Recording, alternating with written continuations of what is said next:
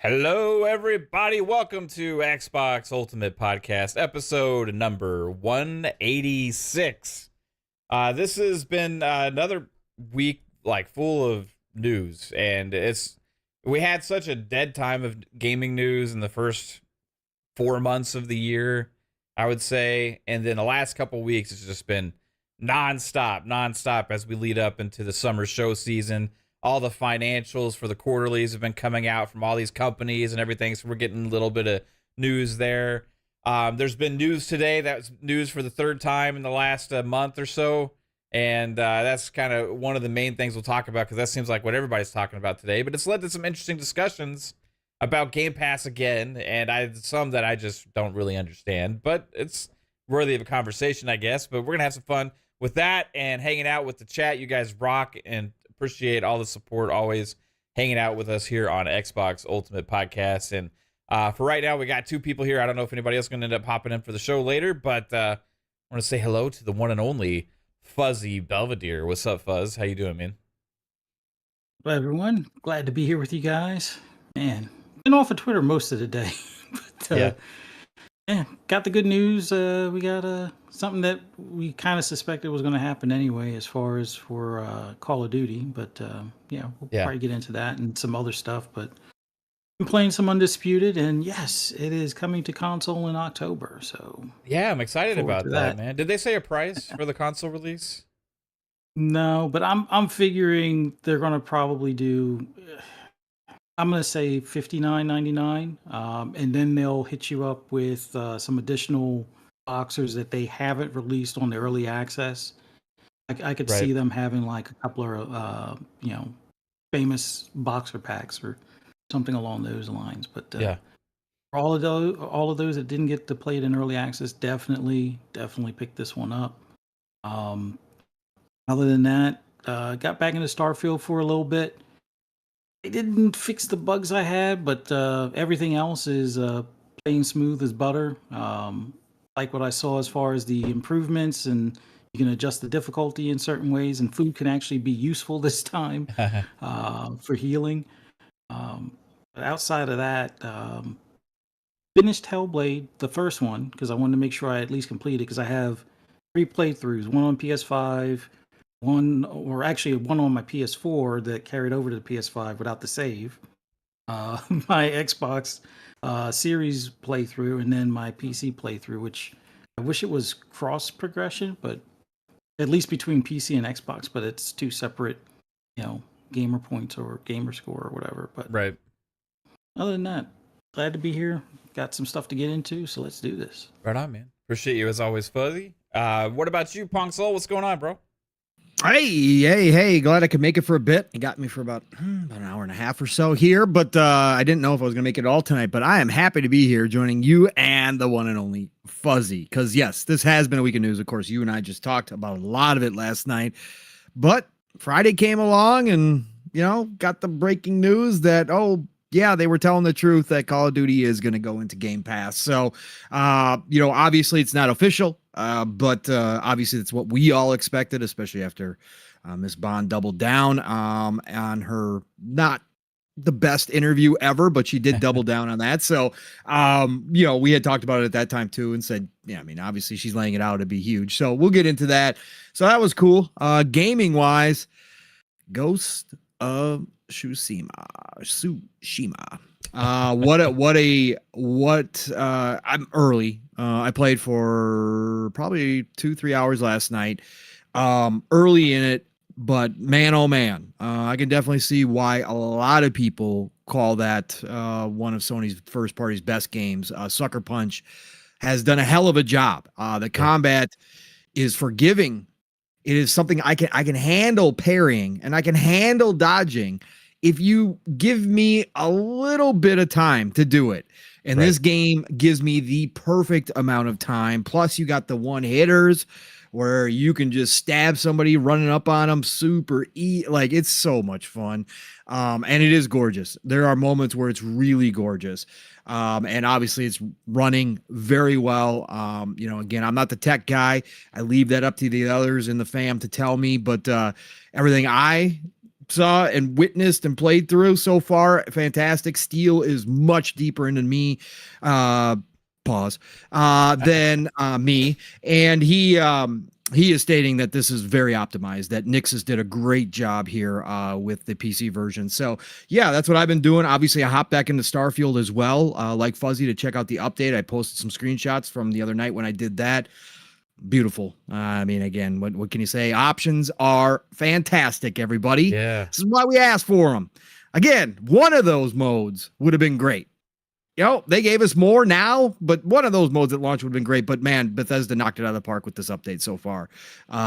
It is just playing better and better and better. And I'm so happy for all the people that held off, or all the people that are now going to start jumping back into Starfield because they've heard about the patch, because they can now play it at 60 or uncapped or 40. It's awesome because, again, this is exactly what we kind of expected from that game, because this is what Bethesda games do. They live on and on. They evolve, they get better, they change, and more fans jump on board as the time goes by. So happy to see Starfield doing really well. And yeah, I could name off 10 other games, but those have been my two main ones right now, I guess.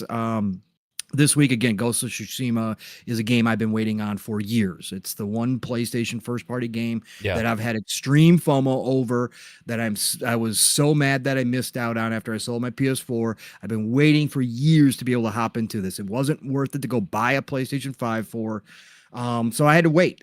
But now that I'm getting to play it, yep, this is pretty freaking amazing, man. So that's what I'm going to be rocking out on a lot. Obviously, Homeworld 3 is in there as well. I played a lot of that last week and didn't play it at all this week. That's going to be definitely in the rotation. Yeah. Homeworld 3 is just fantastic. But Mab, I'm going to also now, I don't know if we're going to talk about it, but I'm also now going to have my eyes open for Total War sales. Yeah. Because holy shit, one of my dreams seems to be coming true. Andy Robinson teased last year, we talked about it on our shows, that there was a mysterious Star Wars RTS game being made that nobody had leaked yet, and he couldn't believe that nobody had leaked it and that they hadn't announced it. I wake up this morning to a VGC article, again, shout out to Andy Robinson over VGC, telling me that it is believed that one of the things that the Total War team is working on is a Total War Star Wars. It's one of my most requested items. Yep. I can't freaking wait. I'm going to have to learn, just like I am with Homeworld 3, keyboard and mouse, to play Warhammer, or Total War Warhammer, because I think that's probably the route they're going to go. Each Warhammer does play a little bit different, but I'm pretty sure it'll probably play like Total Warhammer side of things. So I am going to get that series, and I am going to learn my ass off, because when Star Wars hits, whenever this shows up, whenever they announce it, I'm going to be ready for this one. So I'm going to be looking for sales on that until I can get that. But my God, man, if we get the ZeniMax Online announcement, and Star Wars MMO 2, almost all my hopes and dreams will be for Star Wars games. Will be right there. You got one of the two. Yes. So why not? Right? We've been speculating on the ZeniMax Online game for a while that what if maybe it could be, the smoke about the multi-game deals they probably made with Disney and stuff back in the day. I mean, we got Indiana Jones coming from the Bethesda side. We got Blade coming from the Bethesda side. Why not throw in Star Wars too? They were, at the time, they were just licensing out Star Wars seemingly to everybody, even Ubisoft, right? Yep. So we got a Star Wars games coming from Ubisoft this year. There's there's a Star Wars game coming from Skydance, so was it Sky Media or Skydance Media? I can't remember. Amy Hennig's group, the ones that are doing the other Marvel games, and yeah, it seems like. I remember there was a new David Cage game. That was a Star Wars game as well. Yeah, they were just licensing out Star Wars to everybody. So why not think that there's a possibility that ZeniMax Online would have been a good partner for them for an MMO if they were really wanting to go that route? Because I don't know. If I was to choose somebody at the time, seeing what they were doing with ESO and what they could bring to the table and the pedigree that they have there at Bethesda. Would be maybe a good fit for something like that. So I think it's a possibility. It's a It could possibility. be I'm a not gonna lot get of my different I'm not gonna things, get my but hopes up, but yeah, I'm not gonna get my hopes up. I'm not gonna rest everything on it. It's just amazing that I woke up that we're getting a Star Wars RTS yeah, by one of the greatest RTS developers of all time, with one of the biggest RTS franchises of all time in Total War, that is going to put big budget into making sure Star Wars is great. I can't wait to see if they take the battles to space. So I'm just happy with that. Nate Dogg, yeah, ZeniMax Online is actually working on at least 2. So yes, you are correct. One of those 2 is a new IP. There is the other one that has been heavily rumored to be licensed IP. So they are working on at least 2 games, potentially 3 games. There was a sneaky little post last year that I tried to call them out on when they were celebrating something with the rest of their team. They wouldn't bite, but there is potentially they could be 3, and obviously we know that Matt Booty in the last town hall meeting that he just held, he mentioned ZeniMax Online many times, sounding like they are extremely happy, obviously, with what they've done with ESO. So I imagine they're going to be putting some of those resources towards ZeniMax Online some more too. But and I believe that they might be one to have one that at least that's licensed. So. and if they just kind of look at those kind of games coming, I know this isn't ZeniMax Online; it's coming from the Bethesda team, but Fallout 76, so it's been doing amazing again. So they could be looking at just, hey, these are the kind of games that are making us this ongoing money, and we want to keep investing into those studios. So I think there's a lot to that, and who knows how many games are going to end up working on and what kind of growth they have for those studios, right? Time will tell. I'm going to be hoping we get an announcement from one of those games at the showcase here in June. And I think it's a strong possibility, not based on anything we know, just feeling that it should be time, right? It should be time for a lot of things to show up at the summer show. But I want to say hi to the chat. You guys rock. I see Bomber. What's up, Bomber? How you doing, bro? Web Dave is here hanging out. Shout out to Web Dave. Me and Pong will be hanging out with Web Dave on Sunday on Gamers Council, and looking forward to that. It'll be like a little mini PM in the PM plus Retro and Dave 2.0. Look, it's going to be a lot of fun there. The rest of the chat, you guys rock. Always appreciate the support and everybody hanging out. So you said something a little bit earlier, Pong, about it's not official, right? Call of Duty, because of the Wall Street Journal report. It's a report. But I've always thought it was official ever since Sarah Bond said the whole slate of games are coming to Game Pass day one from Activision Blizzard. And then she reiterated it again when she was there doing that Bloomberg interview, when she kind of got grilled a little bit about the studio closures, saying that, yeah, Call of Duty and all those games are going to Game Pass day one.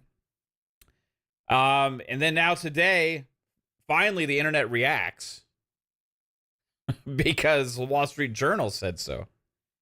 So it's seemingly like, yeah, obviously they're not going to be like, say the name of the game because it hasn't been officially announced yet.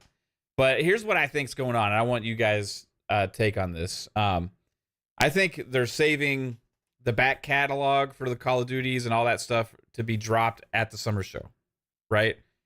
Make a big splash. Like, okay, so you go and be like, all right, Call of Duty Gulf War, Black Ops Gulf War is coming November, and it's day one in Game Pass. Oh, and there's more. If you want to play every other Call of Duty that's ever existed, play also today in Game Pass. It would be a big moment, and it would really set that like stamp of Game Pass and Call of Duty, what I think they want to do, and really create that association at the showcase. So I think that's why we're not getting any like thing before then about official like this is the game, it's coming to Game Pass day one. I think they're going to really drive home at the summer show with a big spectacle about it. But they've already said as much a couple times. I will say, though, even though Sarah says it, no matter how many times she says it, this conversation and everything that's happening today, despite all the people that seemingly hate Game Pass again all of a sudden and want to see it fail, is actually good for Xbox and Microsoft, because all this conversation from people like Wall Street Journal and things like that and other bigger reporters are finally talking about Call of Duty and Game Pass together and saying it's happening, right? And that in and of itself, even this conversation that may be dumb as hell in a lot of regards, from some people out there, is creating that association as well. And driving home the fact that Call of Duty is going to be in Game Pass, which I think that could start to get the average consumer more, or just the maybe potential Call of Duty fan, or somebody that's been waiting to move over into the next generation or something like that of consoles, to really start to think about it. Okay, oh, what is this?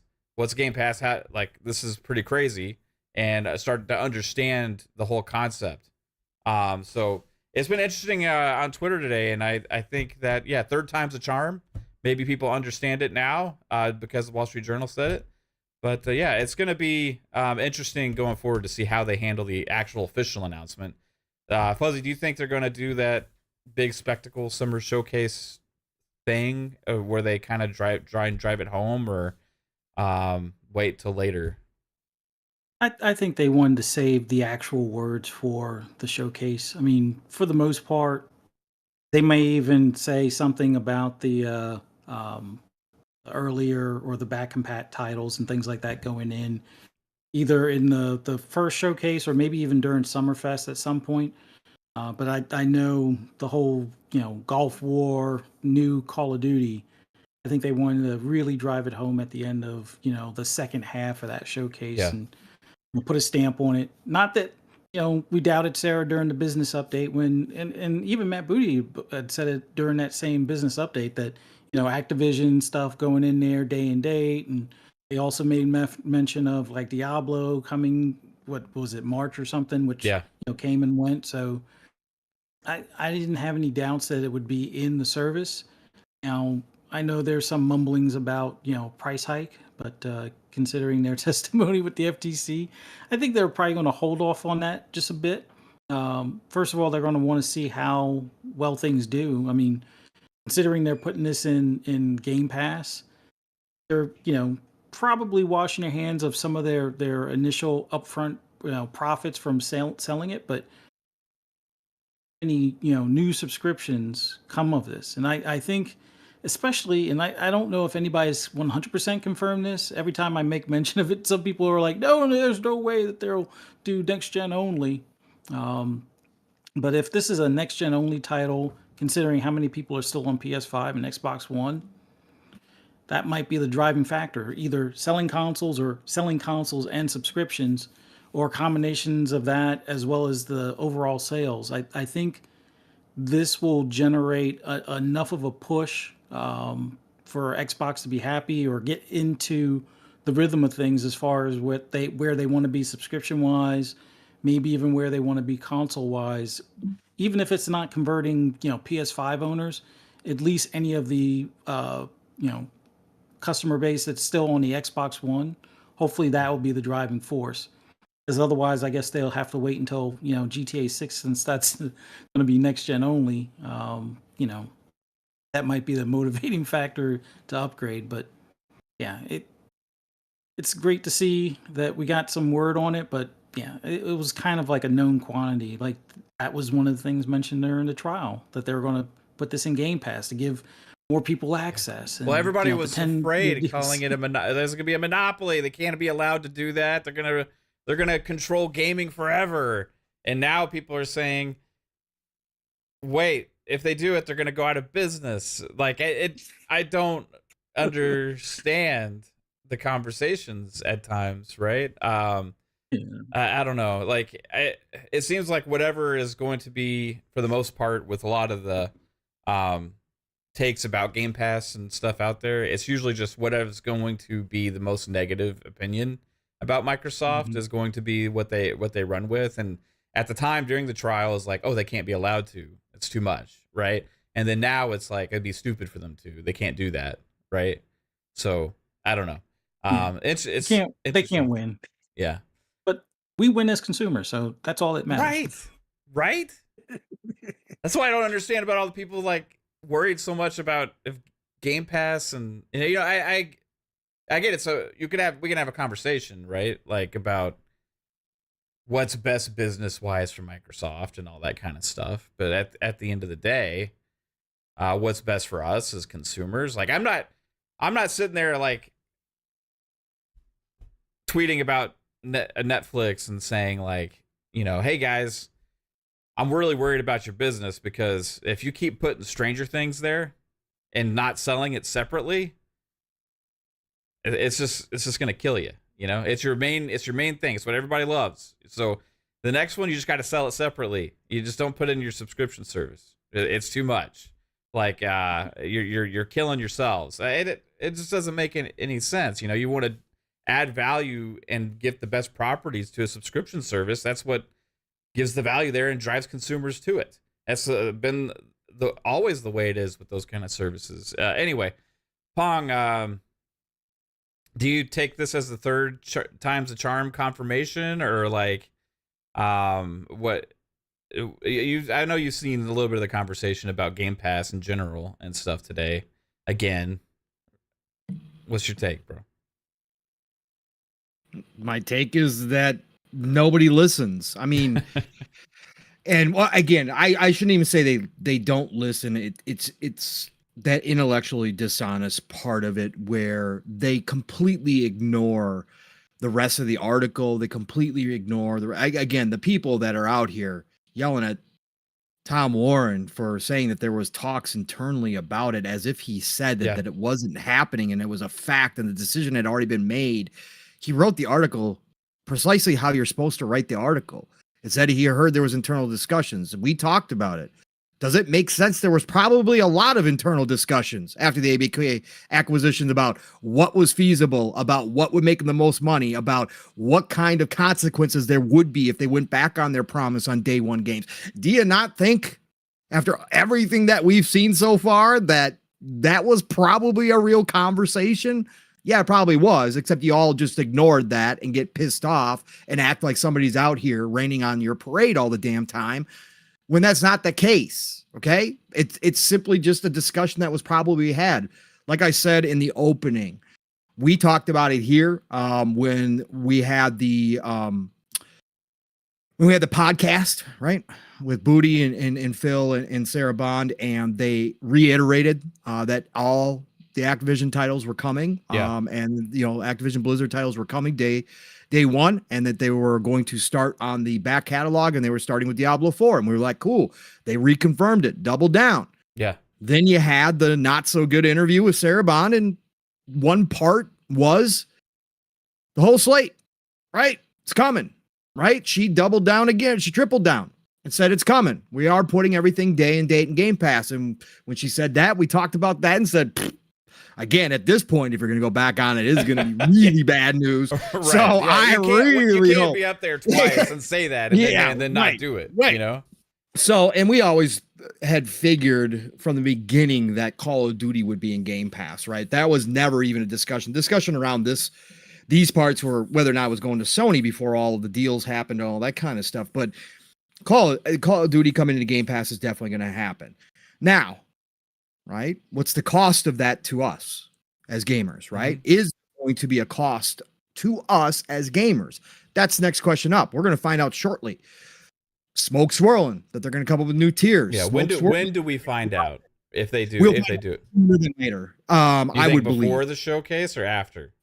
No, during the showcase or after the showcase. Right after the showcase. Right after they make the announcement. After they announce, because chances are at the showcase they're going to announce the rest of the Call of Duty back catalog coming in the game, or coming into Game Pass. They're going to start announcing the rollout for the other Activision games as well. They're going to front load it, I believe, at the showcase with nothing but, we are giving you a lot. Right. You already have a lot. We're giving you more. And then after the show, here's our new tiers for Game Pass. Potentially. Again, we don't know. Maybe they'll roll. Maybe they'll roll with what they got. Do you think there would be pressure, like with getting the acquisition finalized from the FTC and all that kind of stuff, to possibly prevent that, or no? No, because I don't think and Fuzzy, correct me if I'm wrong. I don't think there was any specific language. I don't think there was any specific language in there that they were going to not raise Game Pass. That was a possibility. People thought that they would include that language to say that they wouldn't raise Game Pass prices for 2 years or whatever it would be after the acquisition. But I don't think that ever also be with the CMA or the EU. Yes. Like EU. any of those could be potential. I don't know what's there or not. Yeah, and maybe there's a way to get around it by just calling it like restructuring it all. Right. And saying, well, we're not actually technically raising prices because we're still offering the same. Yeah. I don't know. Again, that's the next question to be answered, but I'm extremely happy that they are holding to their word. I've told you all, I'm going to ride Game Pass for as long as it's here. Yeah. I'll ride it till the wheels fall off. It is the best deal in gaming, right? I haven't been using it as much recently. I've been buying a lot of games, right? Through Steam, through sales, been playing a lot more on my PC, but I still find it the greatest value ever because I've got all those games available to me at any time I want to play them. And I find myself going back to games when I just want a palate cleanser or whatever, right? And now with Hellblade 2 coming out, I'm going to have that accessible through Game Pass Ultimate, both on my PC, on my console, so I can play both places. Still playing Starfield, got access to all the Fallout. Game Pass has never stopped being the best deal in gaming to me, okay? Ever, and it won't be. I'm not the dude who's going to sit here and say, give up Game Pass, give up Game Pass to say, to save Xbox Studios. I'm not going to be that dude. As the consumer, as the customer, I want my best deal in gaming, and I want them to continue to stand on their promise from the get-go that all games, first party, would be day and date. I don't want them to alter that deal. I don't want them to Darth Vader this thing. I don't want any of that stuff. I don't want them to raise prices. Do I realize that that's probably a reality? Yeah, we talked about that for years during the ABK acquisition too. Do I think so? Will I be happy about it? No, I'm not going to be happy about it, right? That's stupid. As a consumer, I don't want to pay more money if I don't have to. But this is the reality of the situation. The big thing though is that they hold to their promise of Game Pass as it stands. If they are going to continue to push Game Pass, if that is still their vehicle, which I believe it is, if it's still a main point of their ecosystem, if they're putting all the ABK games in their day and date, it's their vehicle. So you've got to hold to what you said Game Pass is going to be. You can fool around at the back end and do the Game Pass core and just offer, certain whatever. You can do all that stuff. But you better have one tier that offers everything full day and date up front, as you stated it would, right? It's up to the consumer to decide what price point it's worth it for them and not worth it for them. But I think that this is a massive opportunity. This is the opportunity that we talked about, cementing Call of Duty as an Xbox first-party title, cementing your name onto one of the biggest franchises in the entire world, in the biggest form of entertainment in the entire world, in video games. This is their moment. This is a moment that we talked about. Is it going to have a massive impact on Game Pass? Well, it depends how they roll this out. It depends what they do with it. But at the end of the day, is it going to have an impact? Yes, it is. I believe still it's going to have an impact. Is it going to be monumental impact that we used to talk about when we thought they were going to hold a lot of stuff exclusive and not do everything that they're doing now? I don't know. Could it? Yes. There's a lot of different avenues they could take to make it that kind of impact or try to make it that impact. Are you going to convince all the people who have not come to current gen to swap over? And that includes the PS4 people. Can you entice through Game Pass, through the price of your consoles, through what you're offering? Can you entice a 5%, 10% of those PS4 players to come over? I don't know. That's something we're going to find out now that we know that both systems are about half of their customers are still on the last gen. Now, again, we haven't gotten word. I've heard some people claiming that this is going to be a current gen only Call of Duty. I haven't heard that. Anybody else heard that for sure? I haven't. I've seen people saying it, but that's where I have not. Maybe there's people more in touch with the Call of Duty like community and news, than obviously I am. I haven't seen. I looked up articles today just to see if anybody mentioned that. Who I know is really into COD. It says on the chat. I saw somebody else say it the other day too, but I don't know. I think it's cross gen right now. Potentially is what people are saying. So if it is, that's going to be the first wave of switchovers, right? GTA is going to do the rest, right? GTA is going to clean up everybody else when it launches, hopefully fall of next year now. When that happens, because it's going to be current gen, everybody's flopping. Okay. Everybody's coming over. Everybody's going to make a decision where they're going to go. But Call of Duty, if it is current gen only, will be the first one that kind of tips the scales and will bring some more people from last gen up to current gen. So that's where you'll start seeing the numbers. And again, Xbox, Microsoft, they have access to all the stats from all their players. They know how many people that play Call of Duty every year on a regular basis as one of their main games, how many other games they dabble in. Will Game Pass, because that's where the value is, will Game Pass entice them? Will it have enough to offer, enough people outside of just COD to come over and switch? I think they've set themselves up to do it. I think there is plenty in there for those players who do like to try new games and try other things, especially with Hellblade 2 coming out. Avowed right around the corner after Call of Duty drops. They're going to have a lot of advertising to go along with Starfield, to go along with all the other stuff in there. I think it could work. This is a big, huge moment for Xbox. This is one of those moments we talked about, and I'm glad they're sticking to their guns. I'm glad with all the internal different decisions that are being made and trying to figure out what they're going to do here, that they aren't abandoning that original kind of foundational type rule that they set up, that everything day one from first party into Game Pass. I'm glad that's definitely not going away. It looks like that they're just pouring more investment into that. And that's what we wanted to see all along, because we all still believe that Game Pass could be a big deal. Like, it could be bigger than it is now by a long shot. They have an opportunity. It's not dead. Xbox isn't going away, and they got more ammo to pump into Game Pass than ever before. There's nothing that says that all of a sudden it doesn't catch a wave and all of a sudden they are hitting their 50 million mark. They are hitting their 60 million mark. And all of a sudden we're having different conversations at that point. So, but I believe in it completely, and it's good for me. I'm celebrating it. Right. Call of Duty is one more off my list this year. $70 game I don't have to buy. Got a billion games during that month to play in November, right on the heels, right after Call of Duty drops. I don't have to worry about whether or not I can budget in Call of Duty this year. I'll be able to drop in, play it for a couple of weeks until Avowed hits, until Assassin's Creed Shadows hits. I'm good. I love this. This is why Game Pass is the best. Yeah, man. I agree with you 100%. Like on that, it's like I get the business side and the conversations about it. We have a lot of those conversations, right? Of course. But like to advocate for it, like from a consumer perspective, or like it's bad for us and stuff. That's what I just really, don't understand that level of thinking. And maybe there's something there, right? But for me, it's the easy math. What makes me spend less money as a consumer and gives me the most access to the most games, and I haven't seen any evidence to the contrary about people talking about diminishing quality and variety and all those kind of things so far in all these years. And I think it's going to be clearer than ever at this summer showcase when we see the slate of second half games that are releasing for Xbox, and we see what is in store for us launching all within a few months of each other.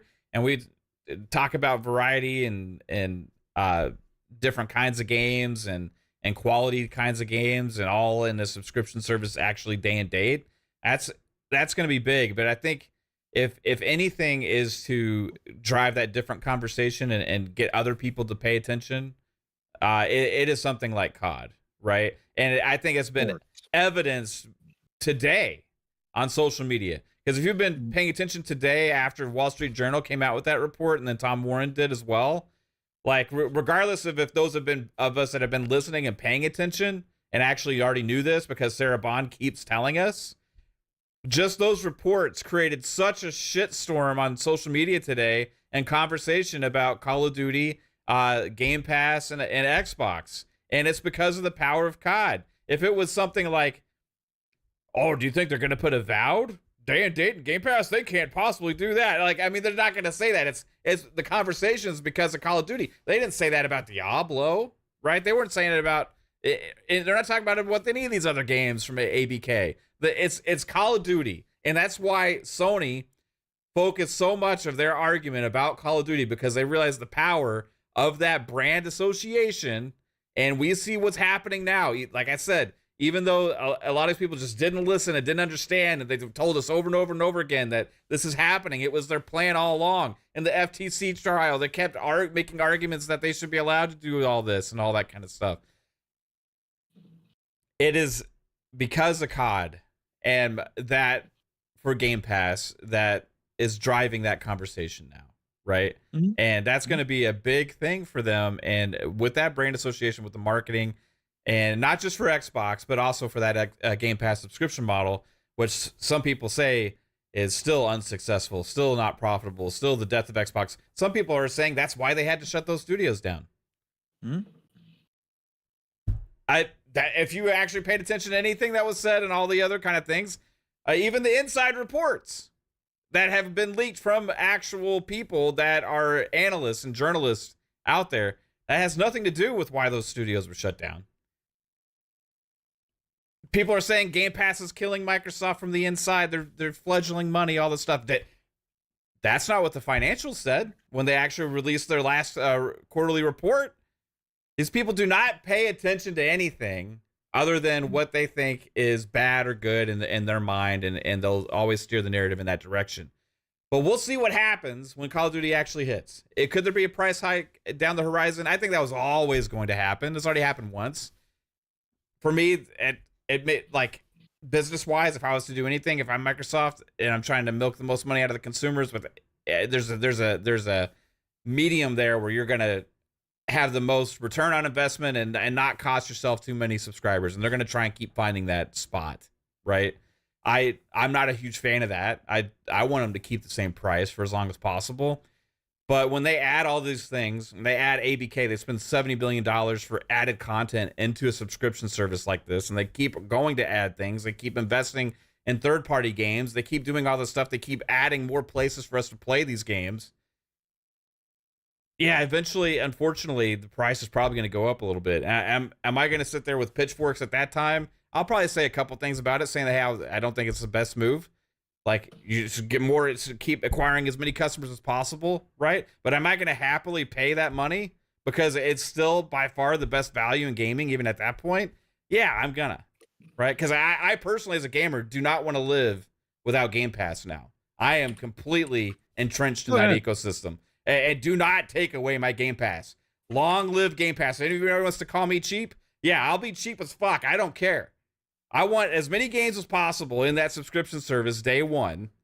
And guess what? I'll spend money buying other games. I'll do my upgrades to like the early access versions with the extra content. I'll do all that shit. But I want every game they can possibly give me in Game Pass day one. And it's not just because I get to save that money. It's also all the other added features you get from that. Like the ecosystem is just amazing.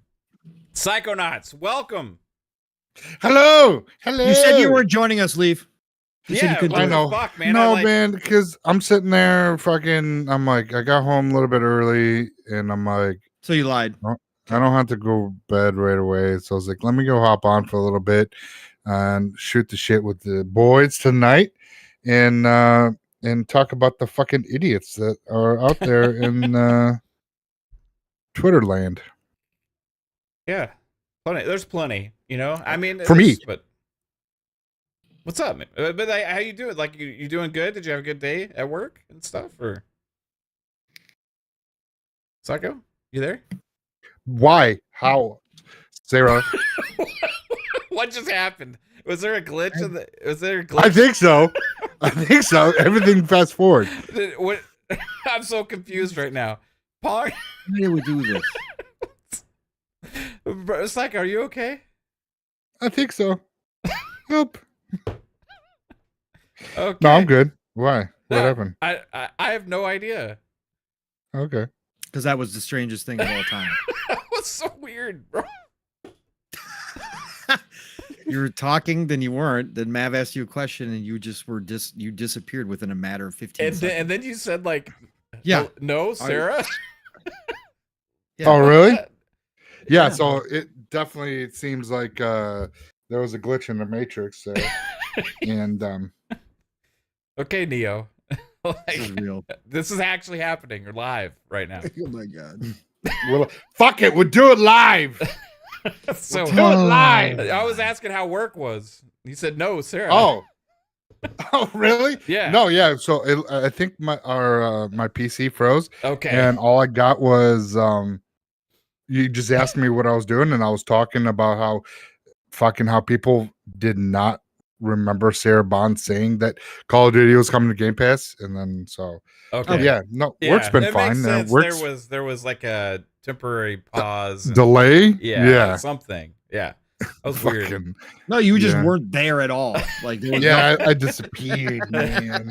Uh, But yeah, no, it just seems like no, it's just weird how everyone's like forgets about fucking what Sarah Bond and everyone else has said, and how here we are fucking now it's nuclear. Call of Duty's going to be in Game Pass. It's nuclear, everybody.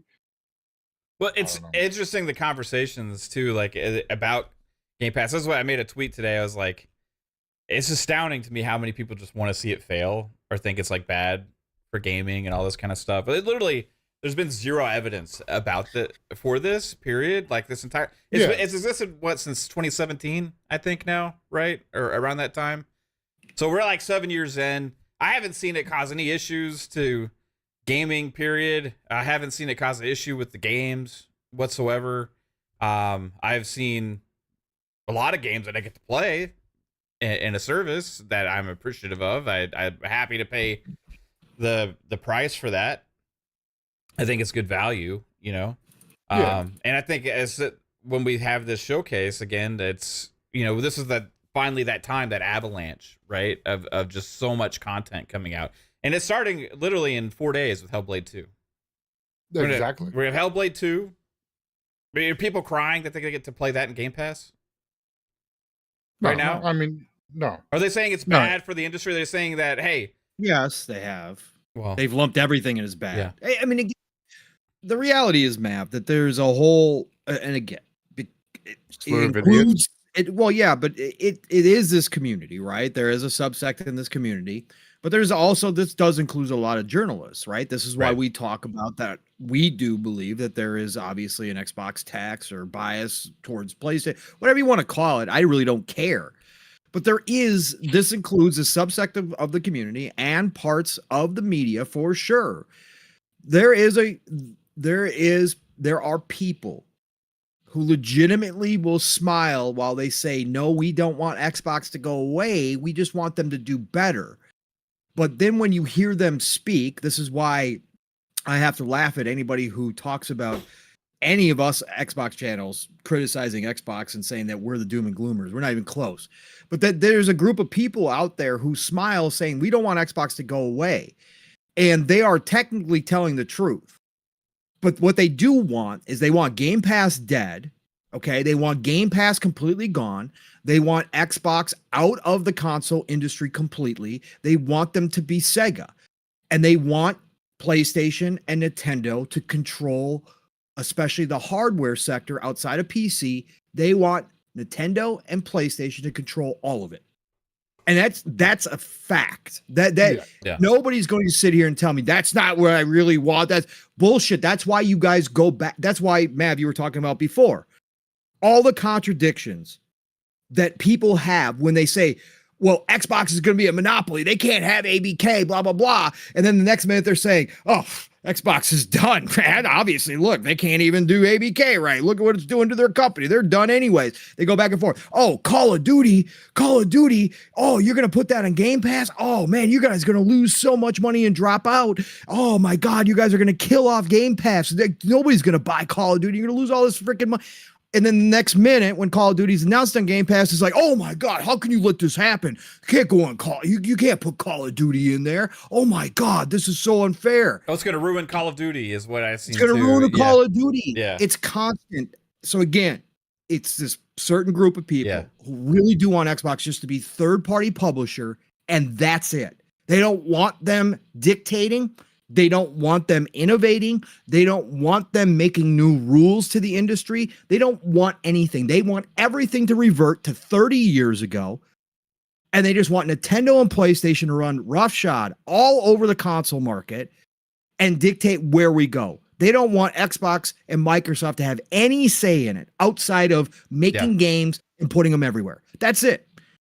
And again, I don't know how people don't realize that this is the whole game that a big part of these people are playing right now, and why these conversations, why these articles keep being written with these really weird twists on things. Like Psycho was alluding to, PC Gamer, I think, is the one who said Xbox decides to go nuclear and put Call of Duty on Game Pass.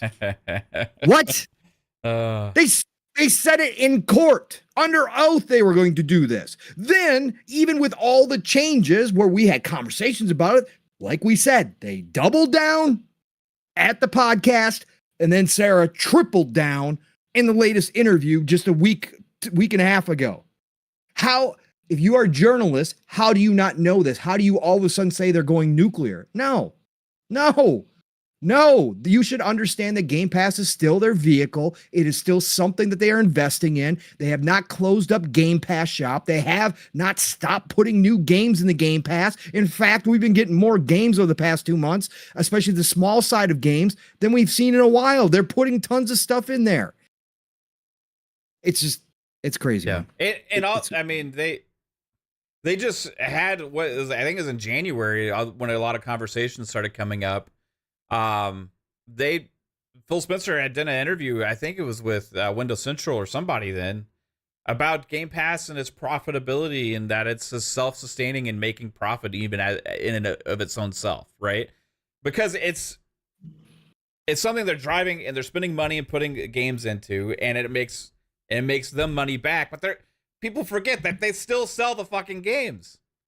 Yeah, and maybe they don't sell as many because of Game Pass, but there's give and take there. You're still making money with the subscription, right? People forget that they actually make money from the subscription as well, right? And that's something that I don't understand. And Microsoft financials always come out and completely prove this wrong, right? About how it's an unsustainable model. And this is a conversation that nobody has about EA Play, about Ubisoft Plus. Like, oh, how can they afford to put their games in their gaming subscription service? How are they going to do that? You know, you don't see that from people talking about that. You know why they bring it up with Xbox? Is because it's so fucking good and has so much value and so many games in it. People are like, this is too good to be true, right? They're going to ruin everything. Like, I just take my $70 and I'll be happy. Just you can't let people have this much joy in their life. Doesn't make any damn sense. For me as a consumer, I'm just going to choose what gives me the best bang for my buck, and I'm going to applaud and say, yeah, like that's what I want. Yeah, give it to me. Give me every fucking Call of Duty that's ever existed. Put every single one going forward for the next 20 years, day and date, into subscription service, please.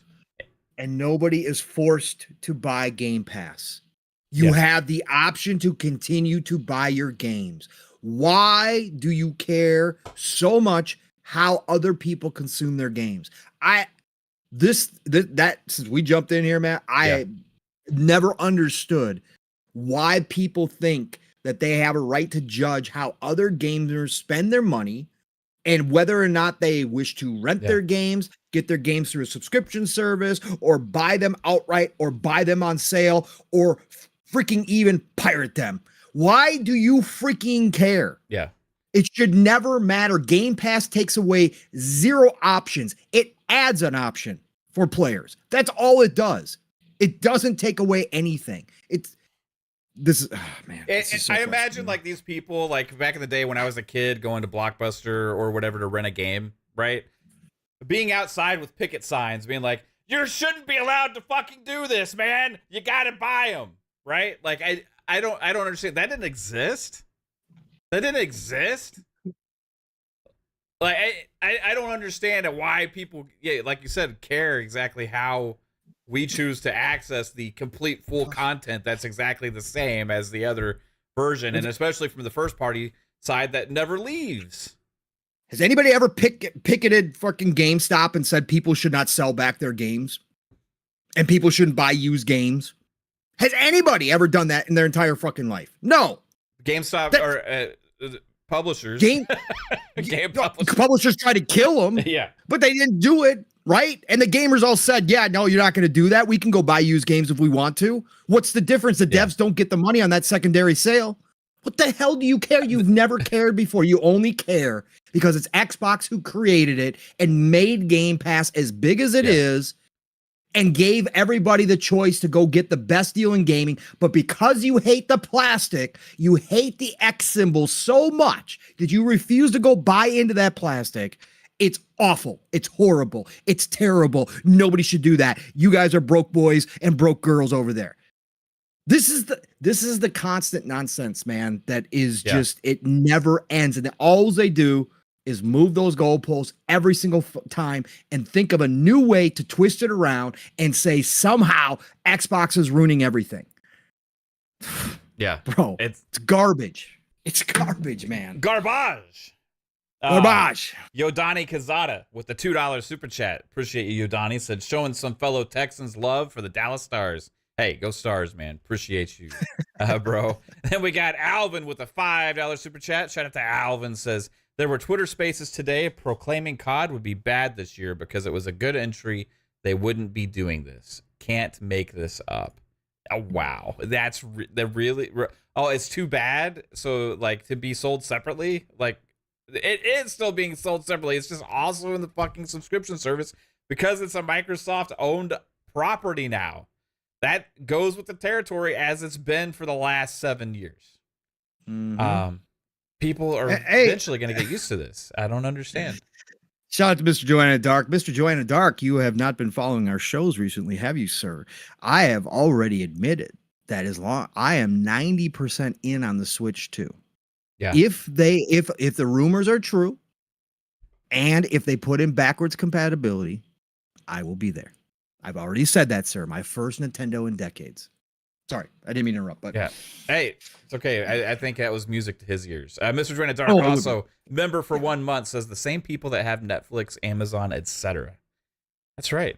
You know, like got 20 subscription services out there, but Game Pass is the evil one. But that's also the only one out of those you can also choose to buy all your stuff if you want to, and you don't have to. And you also get a discount if you decide.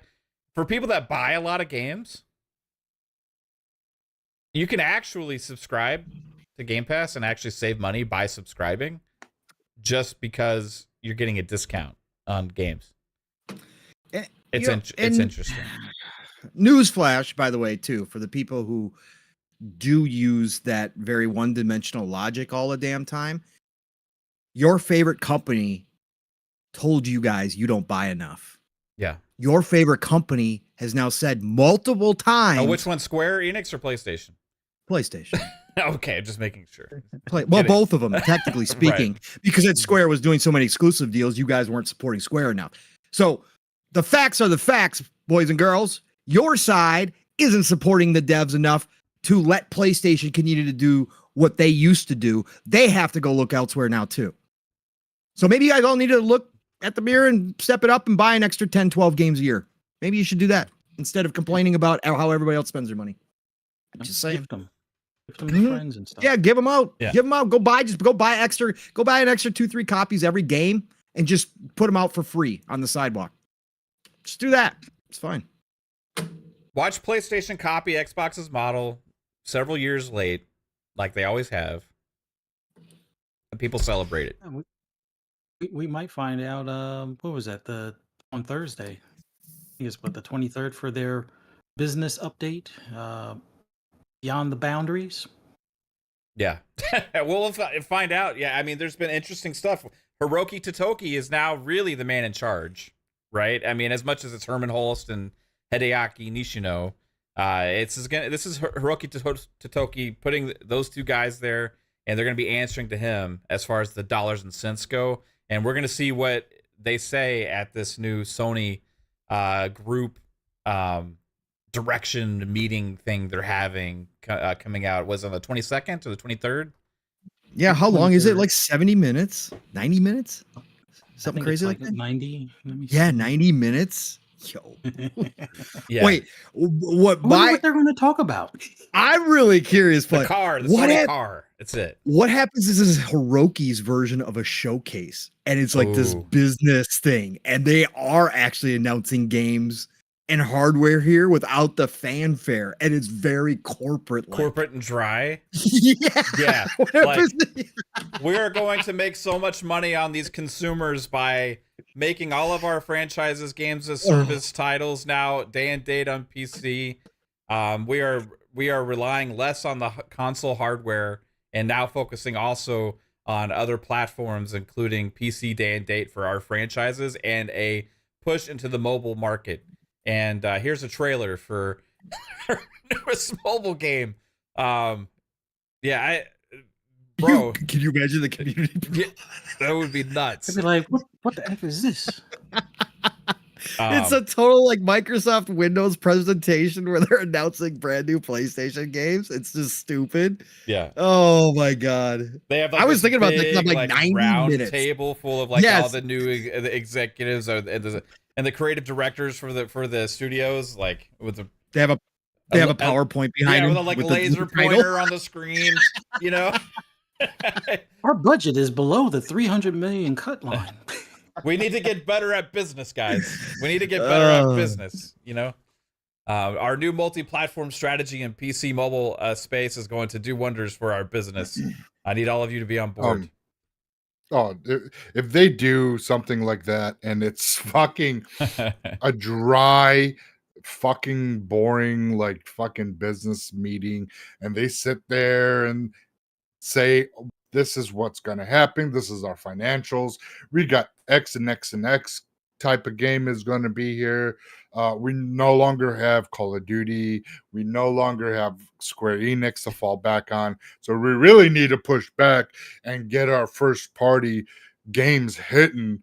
Probably won't be 3 to 6 years until we start seeing any of those games come to fruition, until we remaster God of War and Horizon on the PS5 Pro, because the gamers will buy anything that we tell them, and it'll be fantastic. And here we go, and it's going to be a great recovery of PlayStation. Go PlayStation. Yeah.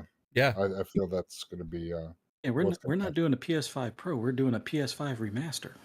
Oh my god. PS5 director's cut. right. Yeah, that's if they even decide to fucking kill it or not, because they technically haven't announced it. Boost mode. So I don't. They better talk about it at this If event. Otherwise, I they don't believe don't- it exists. If they don't mention a word of a pro at this event, what other time do they have to announce it so people can pre-order, save up to go get this thing? Oh no, wait, they'll just get a second job. I forgot. That's correct. That's right. I just It's can't believe it's all 90 over minutes. again. That's all. I was just shocked at the minutes because I was like, Yeah. 90 minutes. Like- Whoa. Well, What they is- didn't what acquire is it? Paramount, so they don't have much to talk about outside Right. of PlayStation. Yeah, what Right, and what is this thing anyway? Like exactly? Does anybody really know? Like, because I haven't. What they I- described Is it? it? Did they do this last year, the year before, or anything like that? Like this is. No, sir. So this those is are a this is a closest- Hiroki Totoki thing. Mhm. Because the Mhm. next closest thing they've done before was CES, and that's when they announced Mhm. that they're no longer doing the car. Or wait, Right. no, that was Apple that's no longer Right. doing the car. I'm sorry. Yeah, no, they're still doing that. They could have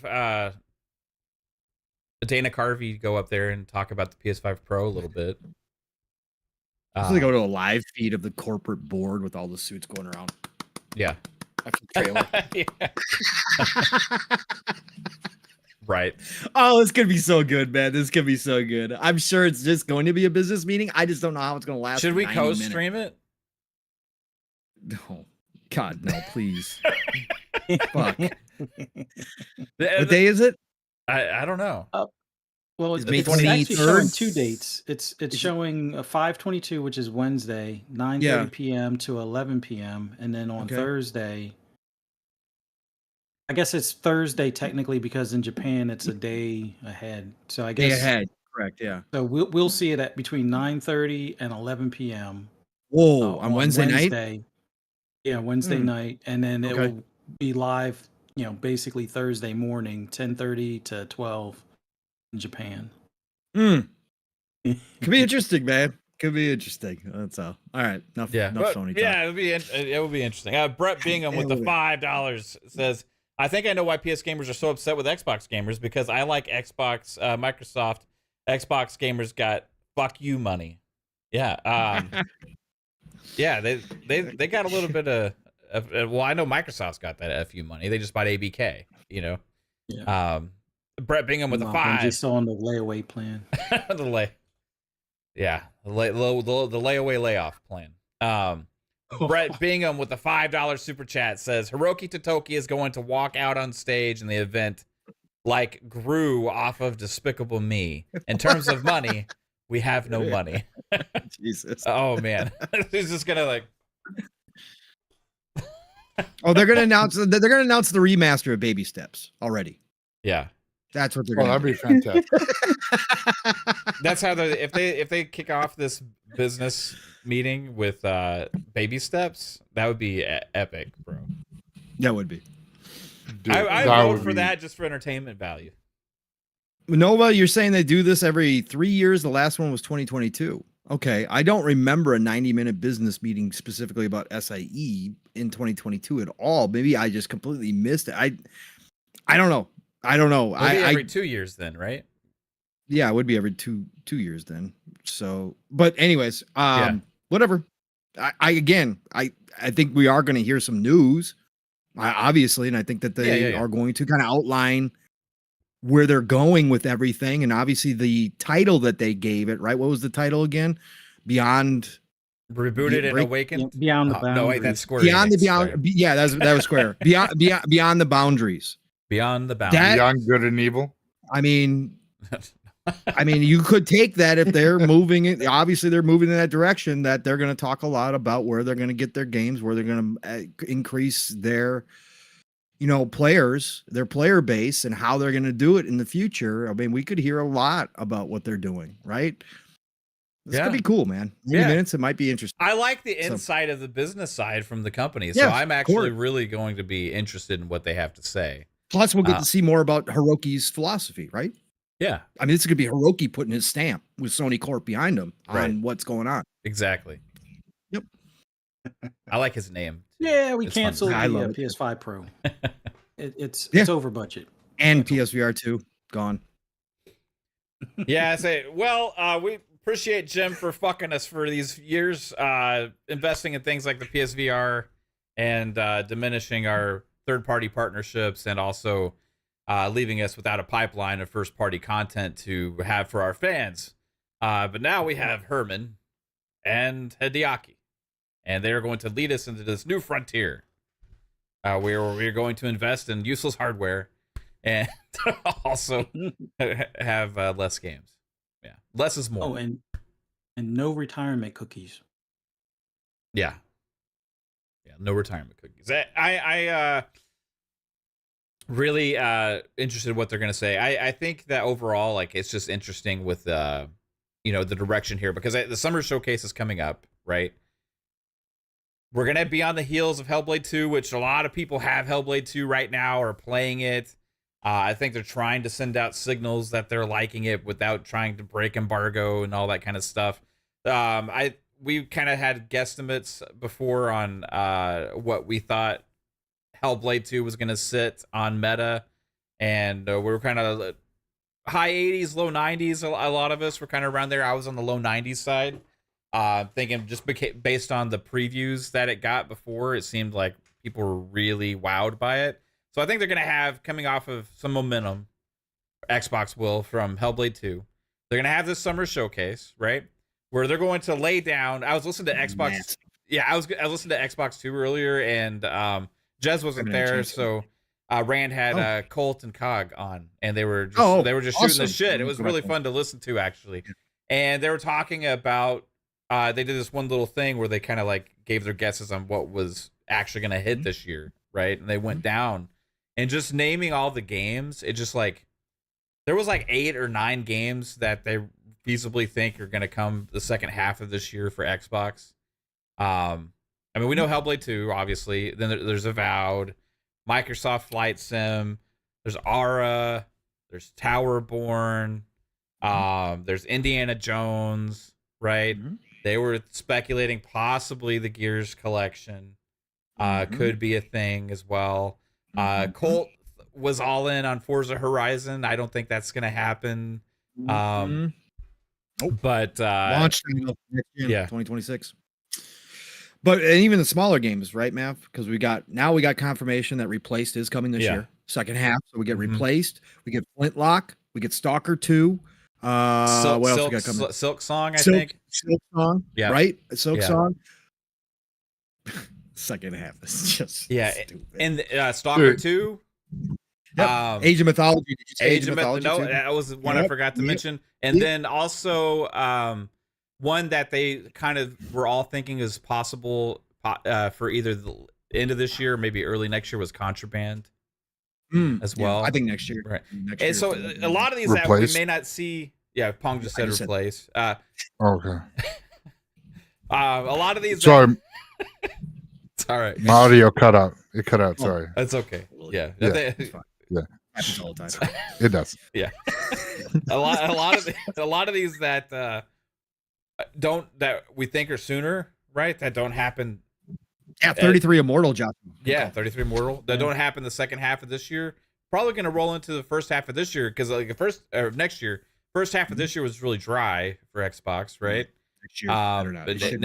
next year, I think they're going to be rolling with the titles, and it's just going to keep going, and like this is when it doesn't stop. Add to all of those other things that we just said, Pong, and add Call of Duty to it. What about Flintlock? Did they announce if that got delayed or not? I think Flintlock got a date recently, didn't it? Did they say second half or did he actually give a date in that last show where he was at? Hold on. Flintlock release. Hold on. I think they. Nope, no exact date, but he did confirm still 2024. So it's coming second half for sure. Yeah. Could be a shadow drop at the showcase, technically. They could pull that out Mhm. because it looks like it's ready. Yeah. Shout out to Brisket and everybody here that came over from Xbox Infinite earlier. Hey, what's going on, Risket? Brett Bingham hit us with a 5. Says, "Did you know Bozo could have attended Jim Ryan's retirement party? All Jim had to do was put a polka dot onesie, a red nose, and clown shoes on."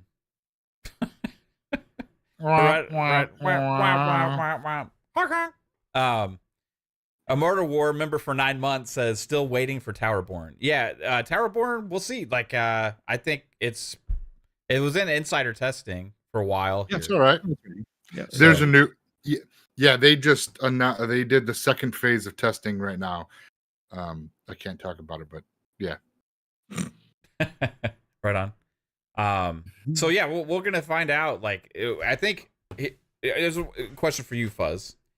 Right, we have Hellblade 2, like we talked about, the momentum coming from that, and we have this showcase where they're gonna lay down the gauntlet of this loaded second half, and then they do the whole Call of Duty thing that we talked about. Right, we had been speculating for years that there would be a moment that comes along when the value and the proposition that Game Pass is offering is so undeniable that this games media and all these people just kind of become dumbfounded and kind of flip their whole perspective and narrative on things.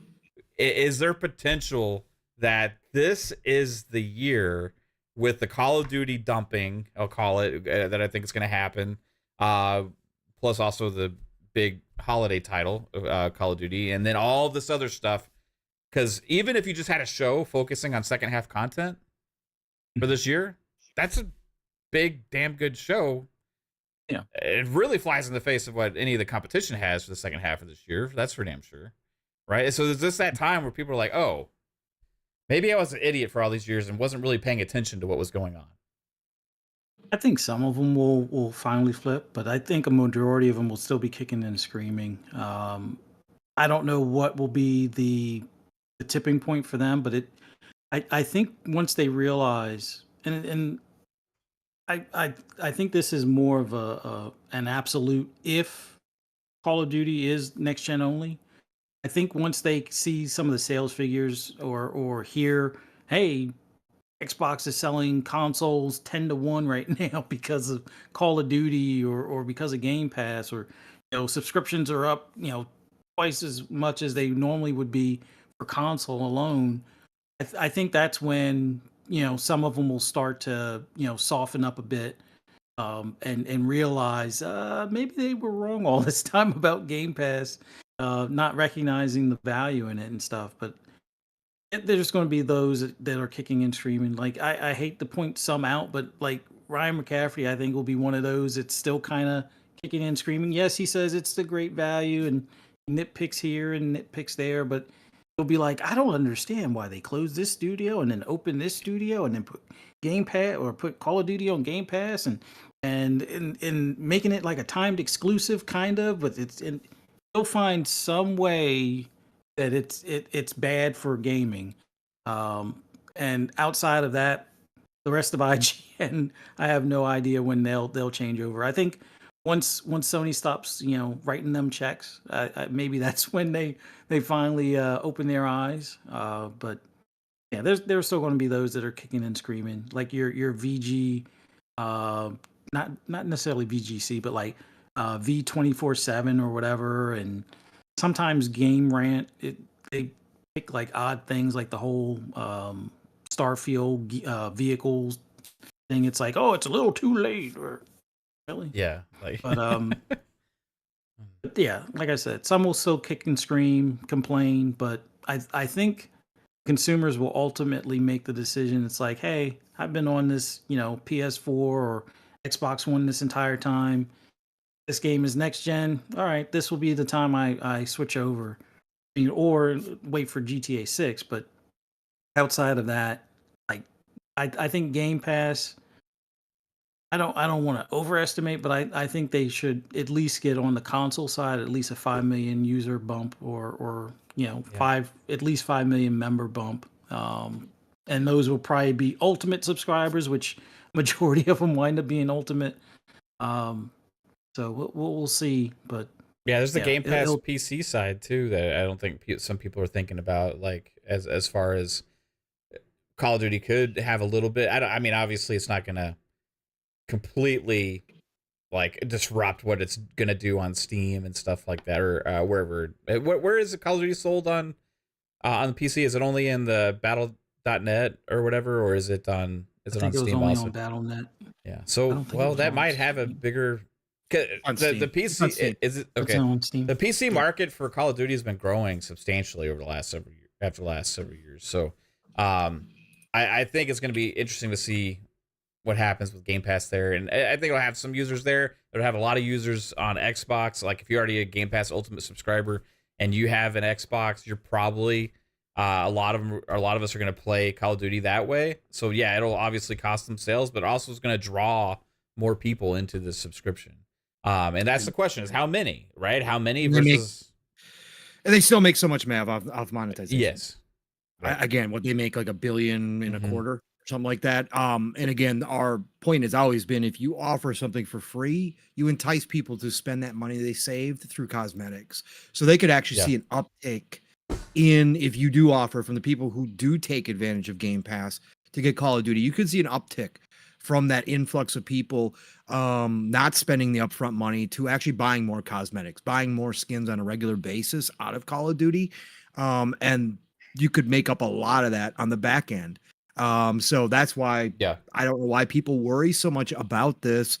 Again, they're going to put their best foot forward. This whole idea that Call of Duty is going to suck because it's in Game Pass. Yeah. If they are going to take this chance, and this is a big chance from them. Again, make no mistake, there was absolutely 1 billion different charts with every possible outcome of what would happen if you put Call of Duty in Game Pass or you keep it out. I can guarantee you that everybody, numbers guys, everybody was included on this, breaking down how this could go. If they're going to do that, they're going to go all out with this. They are going to put their best foot forward and make sure the studios are putting their best foot forward and continue to do so, because they need to have Call of Duty have an impact. All right. They can't have it just go to shit and take Game Pass with it. That they can't have that happen. They can't have Call of Duty suddenly fail after they spent $70 billion. Yeah. They're going to put their best foot forward into these next Call of Duties, guaranteed. I can tell you that. Like that's one of the for sure things I've always said, that Call of Duty will be better than it ever has been in my predictions. Not that it's going to be flawless, of course it's not, but that it's going to be in a better spot than ever before, because Xbox and Microsoft need it to be. They just invested a huge amount of money, not just for Call of Duty, but that's a big piece of that pie. They're going to make sure. I think we're going to look forward to this next round of Call of Duty games underneath Microsoft and Xbox. Yeah, I think so. Oh man, I can't wait to see what happens with it. I think there's something to be said too about Call of Duty being like a first party and being in Game Pass, that there will be a certain segment of consumers and customers that may play Call of Duty as well, that really didn't care too much to even try it before because they didn't want to buy it. They're kind of like turned off by buying a Call of Duty every year, or they're just kind of sick of it. Now you put it in Game Pass and it's like, hey, why not? Right? So there's definitely customers you're going to gain as well that you wouldn't have had otherwise, that may become Call of Duty customers again, or they may start spending money on those microtransactions after they're in the ecosystem too. So business wise, there's a million different ways you can look at it. And I think their answer is that it's just, this is their model with Xbox and with Microsoft, and it's what they keep telling us. And I think people just maybe got to get to grips with that. And when they made the ABK deal, it was to further advance this model, you know, forward and push it forward. And it wasn't a this or that scenario. It was, this is what we're doing, and we're going to go full force into it.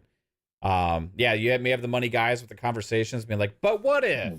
Oh, hell, you know, yeah. but what? Just hold on, everybody. Let's just take Analyze a second the hell out of to this. look at this again, because you know how much money this. You know, of course, yeah, this probably happens all the time, right? And then you have, well, Phil Spencer's like, shut the fuck up, right? This is where I'm drawing the line. Okay, I promised. I made a promise. Right.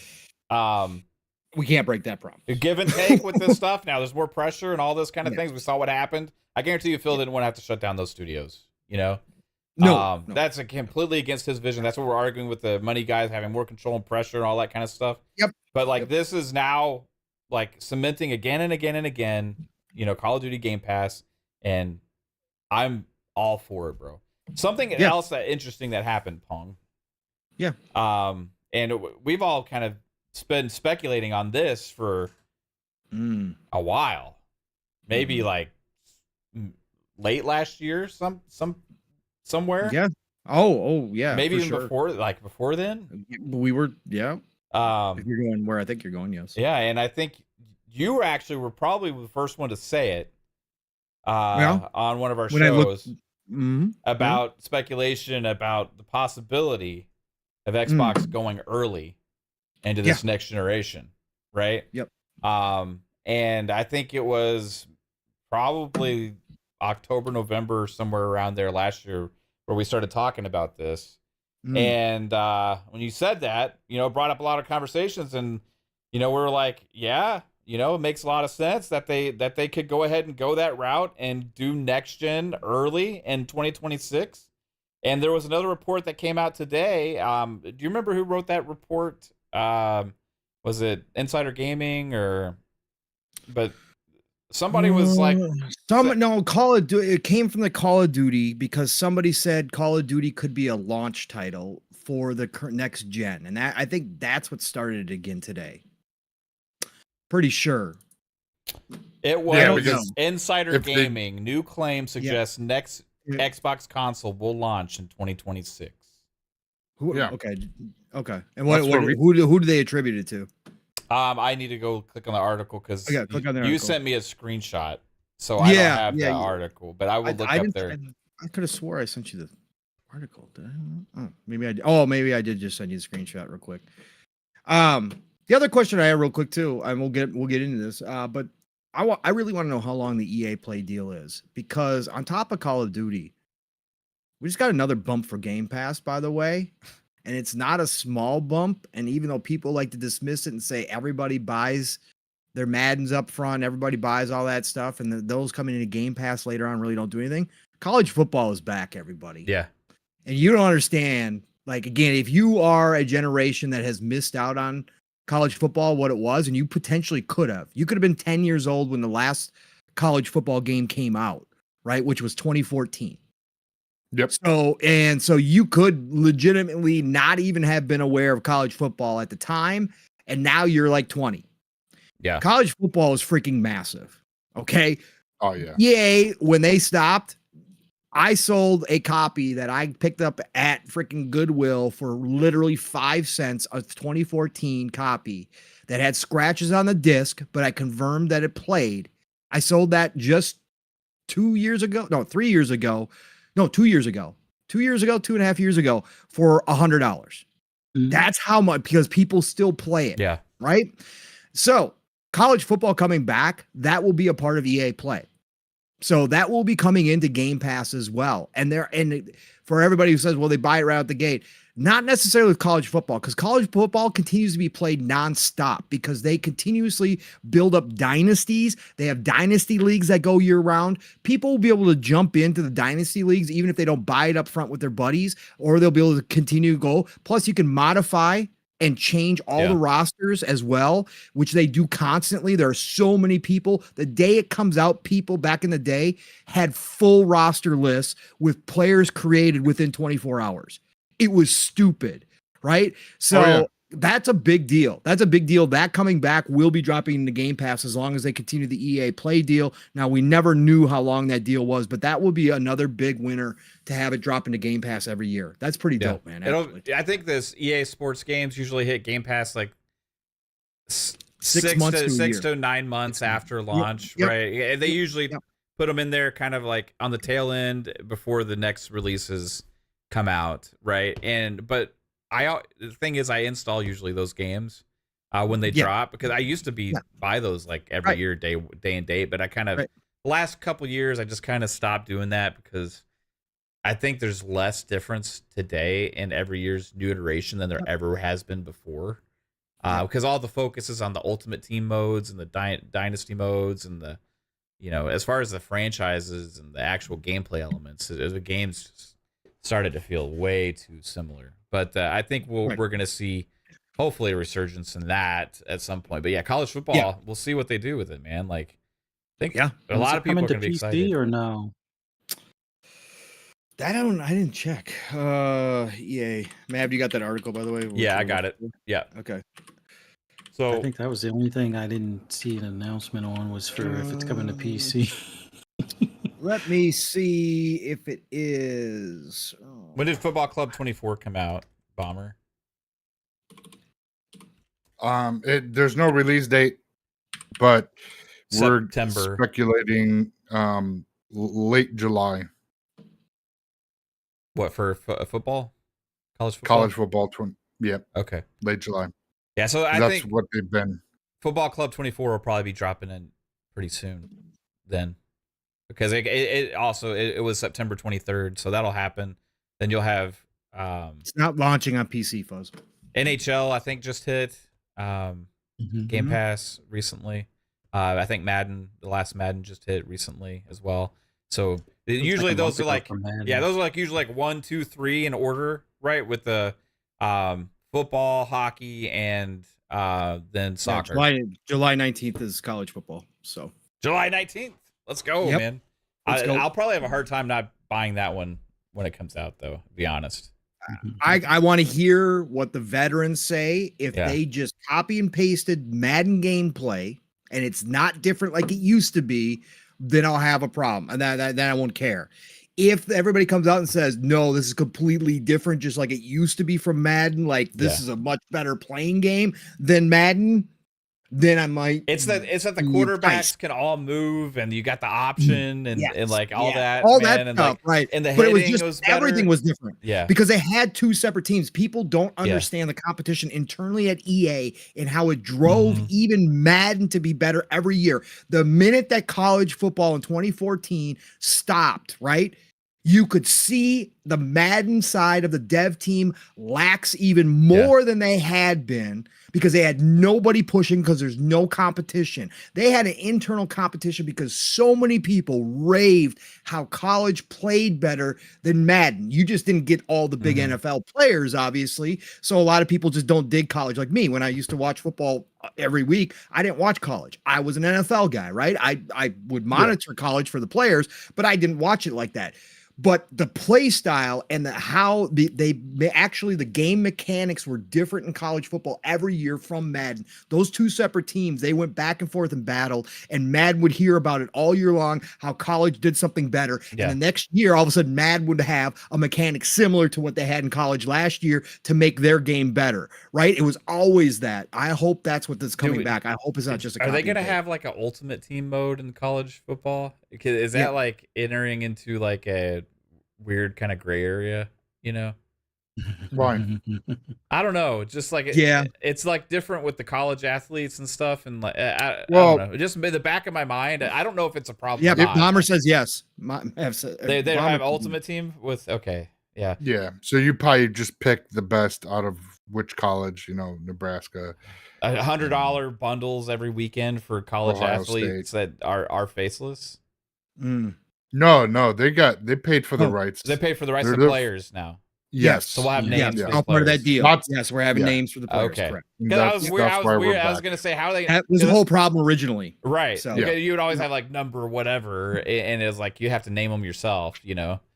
It's Bomber says Ultimate Team will have current stars and legends. Ooh, college legends. Okay. Ooh, Fuck. Oh man. We can get the Desmond Howards. We can get the frickin' Terrell Buckleys. We can get Pog, if they start doing that. Gotta keep me away from it, bro. I can't control myself with the Ultimate Team modes once I get hooked. You gotta keep. If you see me boot it up, if you look at my friends list, if you look at your friends list and you see Mav 7 Ultimate Team, college football, you gotta send me a message. Like, Mav, stop. Reggie Bush in his prime. Oh my god. Oh god. We could have Barry back at Oklahoma State. Oh god. Oh, I can't wait to see what they do. That could be interesting. That might get me. If I can build an old school squad of college when they were in college. What kind of players they can? Yeah, a lot of those college athletes that washed Ricky out. Williams, yeah. That a lot of those college athletes that washed out in the NFL, they're be wanted to take that money for their likeness for that fucking Ultimate Team mode. Can you imagine college Marshall Faulk? Oh, good God Almighty, Dion. Oh, Dion. Oh, yeah, bro. That just blew my mind, Bomber. That just blew my mind. If they're going to do legend, I wonder how many legends are going to be able to sign. I wonder how that works with the NFL contract, how that works with the NFLPA, with the with the veteran players, like how that actually. I can't wait to see it, man. They would. Man, oh god! I think they would allow it because at the end of the day, they came from fucking college. You can't. I know they graduated from fucking. Well, no, I know, but I wonder what But anyways, I wonder if they have full access to everybody, if they can roll it out that way, or if it's going to be select. I would love to see it, dude. That would be amazing. You get the fucking prime of the NFL players in college. They could stomp Madden. They could stomp Madden out completely if they can pull that I off. think this kills Madden. Unless Madden steps up, like you said, like in the old days where they borrow some of the stuff from it. Yeah. Madden's gotten so stale for me, dude. I was such a diehard sports gamer with this stuff, and like I love Madden. I mean, fucking hours making your character, doing the whole fucking roster change, and now it's like you really don't want to put the fucking effort. Yeah, you'll play, the mutt and get some packs and stuff, but it's not like it used to be. I mean, before we had fucking notepads, fucking ready to go, I mean, when it was like draft, when we sat there, we did like drafts. And we picked people in our dude. I was in 32 player online leagues like all the time in every fucking sport. Like that NBA, shit don't happen now. Madden, and we would get together with people and time this shit, and we would just do draft after draft and stuff. And then do these leagues, play a season or two, do it all over again. It was so Can you fucking imagine? great, man. They don't even have. I don't even know if they have those fully supported modes anymore like that now. No, but that's what I was going to say. Can you imagine if they allowed a league team so you can draft and then that team, those however many players, 32, play and pretty much play towards going to a Super Bowl, draft your players, and those are your players.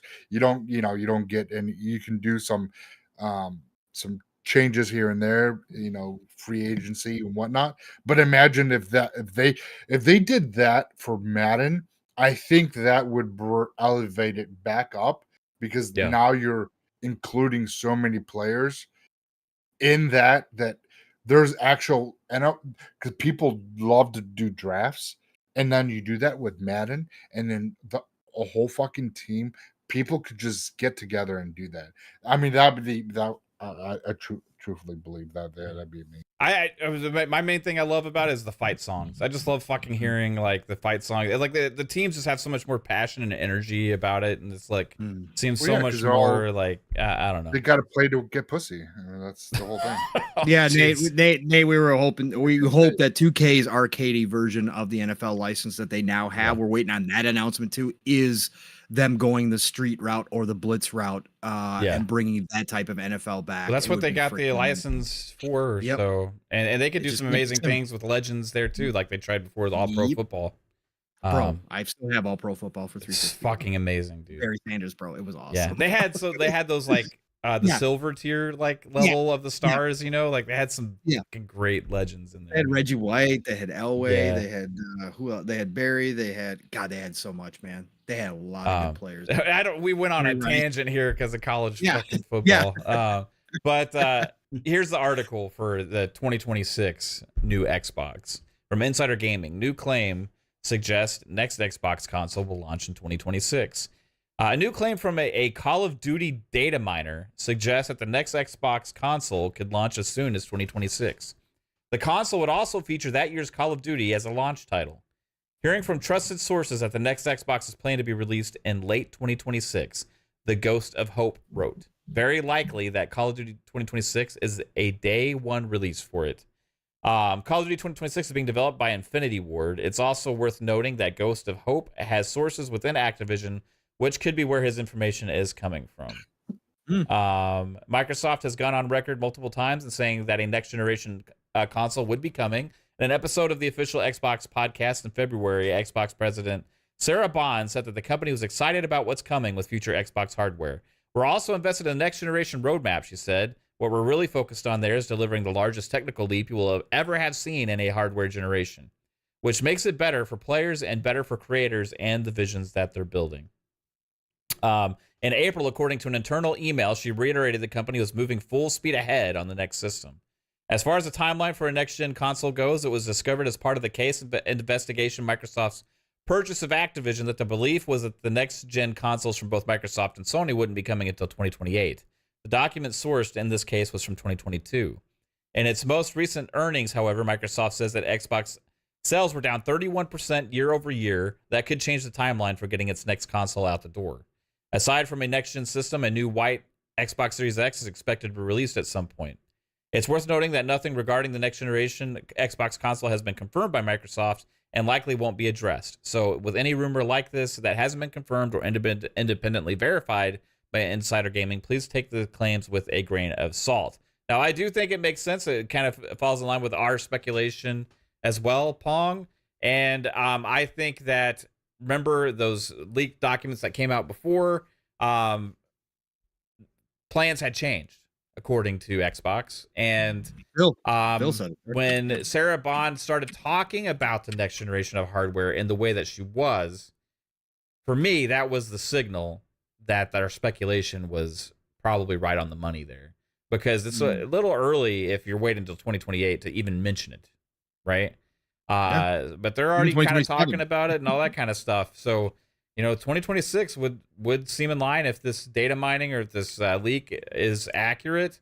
2026 could be the year. We've talked about it numerous times on this show.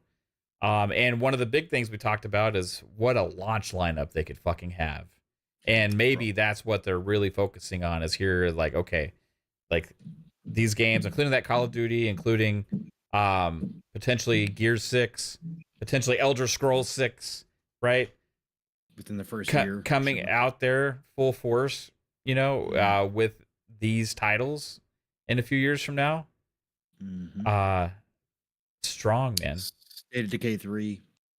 Say that, yeah. Oh, yeah.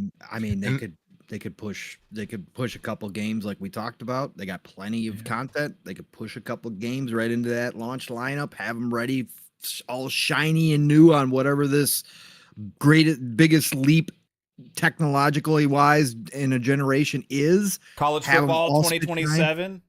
Jesus. It could be. We've talked about this many times, and I said it could be, the biggest launch lineup since Dreamcast. If they really want to go that route, they are set up to do that. Oh, 100%. And that kind of went into my line of thinking originally when we started first talking about this. And I think it was around the time when Phil talked about and threw up the white flag and said, that, we're never gonna win the console market. That's, there's no world which we create that Starfield comes at a 10 out of 10 and moves people to PlayStation. All those comments that he made when we started getting the idea that they were taking focus away from the consoles. Not that they were going to stop making them, obviously, but that they were taking the focus off of that and really more focusing on the big piece of the pie, in that they were okay with not competing one for one with PlayStation in the console market the way they used to. And then we obviously know about the exclusivity and that kind of stuff that's kind of shaping up here. And my thought process was, okay, well, if you're doing this, right, and you're going in a whole new direction, and I've talked about the technical side, even though I'm not the technical guy, when we started hearing rumors about the hybrid, and I started looking at how much Microsoft was investing into AI, and we hear so many more people now talking about this in the industry about what AI is potentially going to be able to do for the industry. Well, of course, Microsoft is going to use their tech side of things. If they're investing in AI, proof of concept, they're going to put them in the consoles, their next consoles. I still believe that. I still believe that that's part of the technological leap that Sarabon is having. But I said, as far as 26 goes, when we had that conversation, when I thought about it, I said, okay, if you are moving in a new direction and all of this stuff is happening, you just acquired ABK, you're signaling the white flag on the console market as a whole from third place, that you're just not going to, chase after that golden goose anymore like you were at one time, that you just don't believe you can beat PlayStation at their own game anymore. If you're doing that, then why not? Why not? If you have the ability and you have the resources like Xbox and Microsoft do, why not reset, skip the mid-gen refresh, which we had also heard at that time that they weren't going to do. Part of the leaks was it was just a refresh, right? A slim version, but it's not really much of a slim version, it's just diskless. But that you just do that if you're still going to do something. But then if you're not going to do a mid-gen refresh like Sony is, well then yeah, you get out the gate early like you did with the 360 generation. Yep. You take advantage of PlayStation in the position that they're going to be in, where they're going to be they're going to have maybe their just first full year of PlayStation 5 Pro under their belt with some games. And all of a sudden you're launching the next biggest technological leap in a generation. I know it's CEO speak, but let's be real. She doubled down on that talk, meaning that they are shooting for something different. And we've heard this hybrid talk. You launch out the gate in 26 with a massive lineup of first-party titles ready to go in Game Pass out the gate, with this new console that potentially is doing things that we haven't seen consoles do before, because, well, they're kind of moving away from the traditional consoles.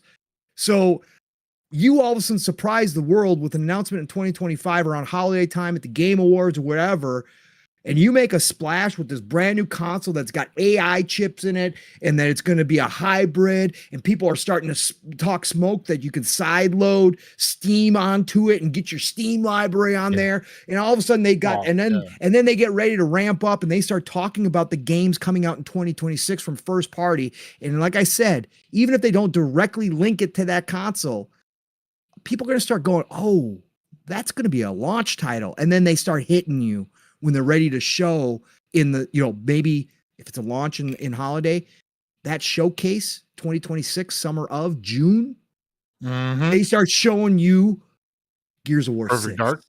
Yeah. State of Decay 3, Perfect Dark, all launching holiday 2026 with this brand new console, and they're showing off whatever this thing does to its full capabilities, and it outshines anything that PlayStation has on their PS5 Pro. Oh, by the way, we're going to have GTA 6 upgraded for this thing too, by the way, everybody. Come on over. This is a massive moment that I think that they could take advantage of. That's why it just made sense to me. Yeah. If you're going to break Yeah. away from the old way of doing things, why not? Give it your best shot. Come out with the enthusiast box, come out with the new handheld, come out with all this stuff and say, we got one big giant system now set up where everything works flawlessly. You're on PC, you're on your TV, you're on your handheld, you're on our box. It don't matter. You just swap over. Your games are there, your saves are there. You pick up right where you left off. This is like the best place to play. Oh, you want to play on mobile too? Yeah, we got you covered there too as well. Yeah, you grab the narrative away because you change everything of how the traditional side of things have been done, and you say we are not the traditional company anymore. We are now the enthusiast company. And oh, by the way, all you 2 billion, 3 billion gamers, we got something for everybody, no matter where you play. But if you want this box, it's an enthusiast box. Come buy it. It's going to cost you more. Look at all the stuff it does. Look at the games we got coming. I think it's the best way to do this. I think it resets everything. It start from scratch without worrying about what your competition's doing, without worrying about anything else. And you just make your own pond, much like Nintendo did, except you just go after a whole lot more people because you have your ecosystem in all these different devices. And you just start there and you make a brand new name for Xbox right there. You use your legacy, right? You use your legacy that you have created all over this decades of being in the gaming industry, but you take it in a whole new direction and you kind of just revamp it. And all of a sudden people go, oh, I need that shiny new thing that does all this stuff that nobody else is currently doing unless I have a PC. Nobody else can do the stuff. Nintendo certainly can't. PlayStation can't. So unless I got a PC and a beefy PC, that box does all the stuff that PlayStation, Nintendo does, and then some.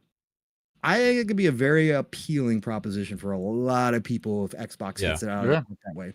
So, And all the PlayStation games that aren't in Steam, and there's a Steam client on Xbox, guess what? More than likely be able to play them unless they have some kind of deal where they lock out that game for console. But there's probably also a workaround. So that I've been saying 2026. I've been thinking it.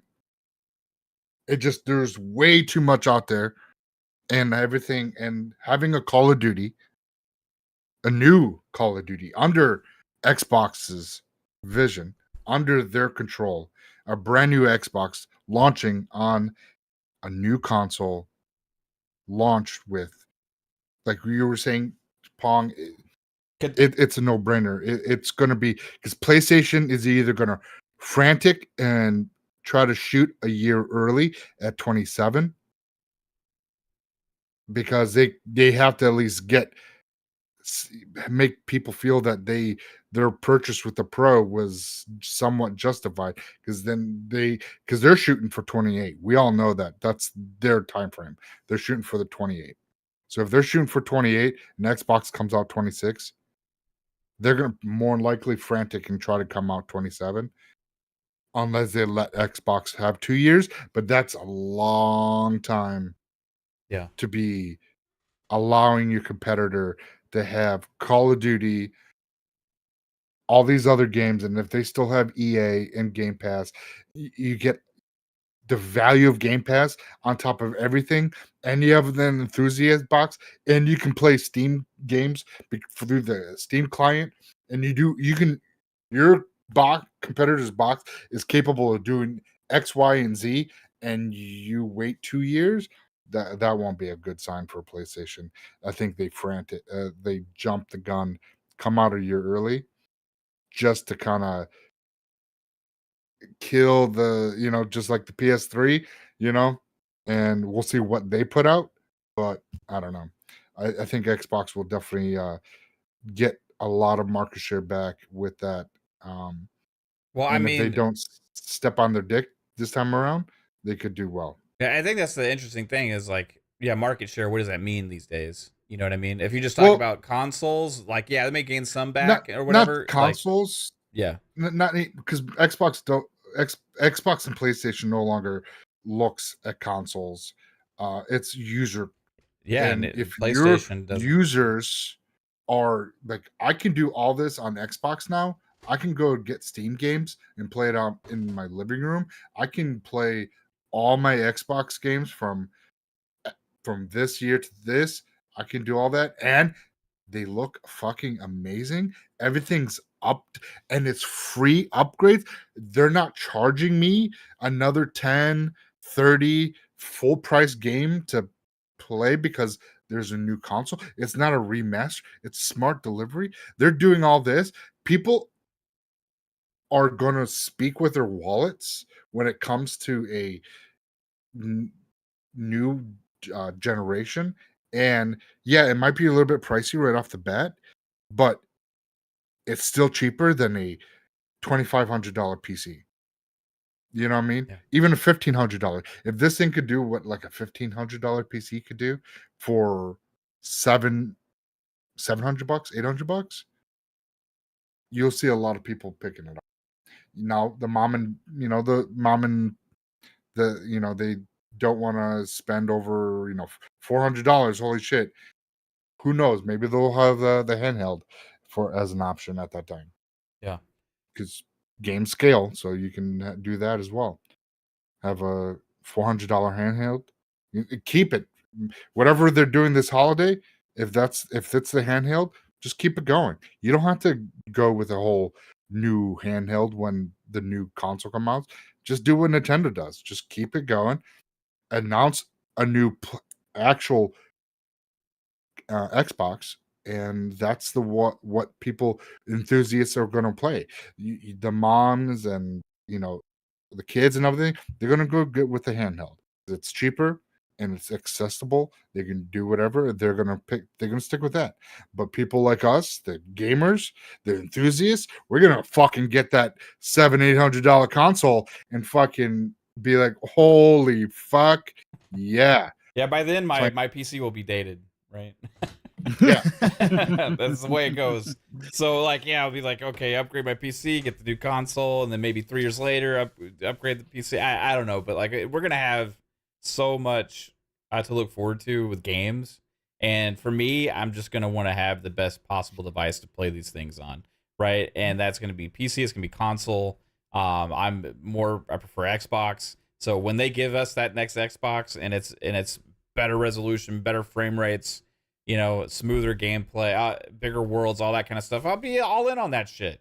And for early on, I mean, ridiculous conversations I had over 3 years ago when we first started the channel. This is always my vision of what I thought the console market would eventually turn into, is what Sarah Bond had talked about there with The Biggest Leap Ever, and all the conversation that's starting now talking about a possible enthusiast box, right? And like, people said we were fucking crazy back then, for talking about these kind of things. Oh, you guys are nuts. It's never going to happen. You're looking too far into the future. Well, here we are. Other people were finally starting to talking about the same kind of stuff that we talked about back then. And just like Microsoft, sometimes we're a little too early with the conversation. I think that some people are willing to have, but we're catching up now. And this is something I think is going to kind of, be the new thing as the console market dwindles, and it will continue to, regardless, right? You have to look at who is the market, who are the people buying the consoles, right? Day one, early adopter. Hey, Mav. Yeah. Hey, Mav, I gotta get out of here. Yeah. Right so, anyways, everybody, real quick, I'm not gonna do my whole outro. Appreciate you all joining us tonight. It was awesome, brothers. It was great to talk with you. Sorry, I gotta hop out of here, but join me and Steel tomorrow morning. Living Split Screen. You know the drill. 10 a.m. Eastern, 9 o'clock Central Time. Be there. Buckle up. Get ready. And then, of course, tomorrow night, the shop podcast 3-Bit is joining us there, of course, with PTK Blam, Fuzzy, myself, and 3-Bit. And then, of course, like Mav said, Sunday, look for me and Mav over at the Gamers Council with Web Dave and the one and only Game Pass Daily Retry. We will be there Sunday night for that. So love you all. Golden Age of Gaming is here, people. No matter what else is going on, get out there, play what you love what you play, enjoy some of these amazing games. I'm going to talk to you all real soon. Good night, brothers. Later, Pong. Have a good one, Talk man. to you later. We're all about to get out of here as well. But I want to get your take real quick, Fuzzy, before we head out, man. The Enthusiast Box 2026, is this smoke reality? I think it is. I mean, the handheld, I think, is a given. As much as they've been sending out surveys and liking posts relating to handhelds and things like that, I think the key thing is figuring out what the hardware, or not the hardware, but what the actual APU and possibly an MPU will be. I think they go the ARM route, which I'm not as much of a fan of, but they are getting better, and Microsoft being the software company, they're the ones that would probably be able to figure out the best way to have it where you can emulate 486 or x86 games as well as console games on the same device and make it seamless. And I think even the Enthusiast Box, although I think they'll still refer to it as a regular console, but it will be essentially a PC with an ARM chip, PU, which I think the MPU, the neural processing unit, or hardware in the actual device.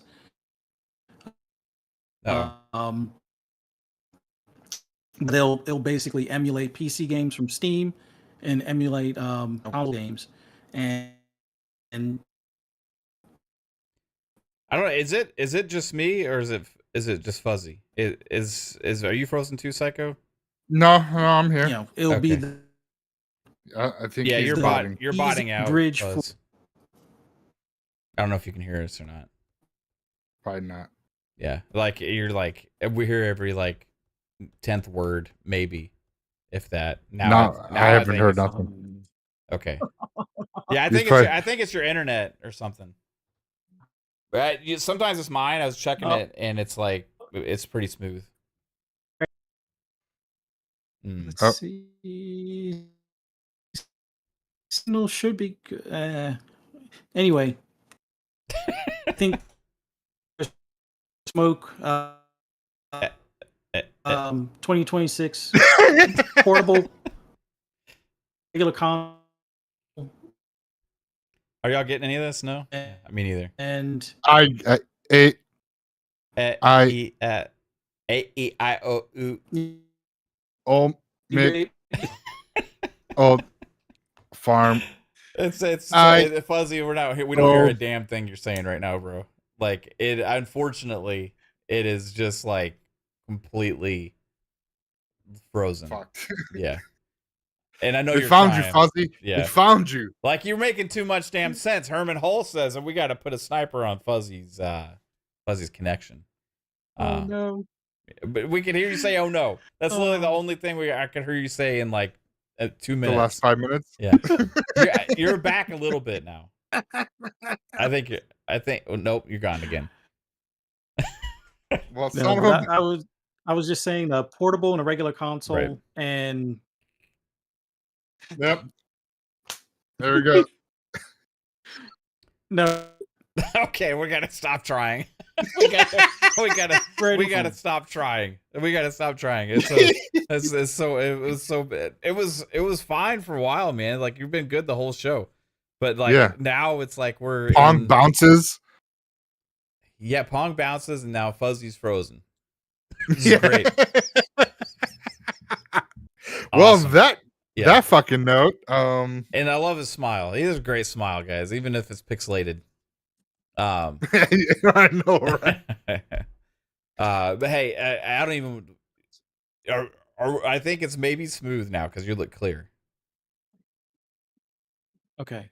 I closed a couple of windows. No, I was just saying 2026, be ready for new hardware, Okay. console game and PC games on the same device. Looking forward to it. Hey, Good song. amazing.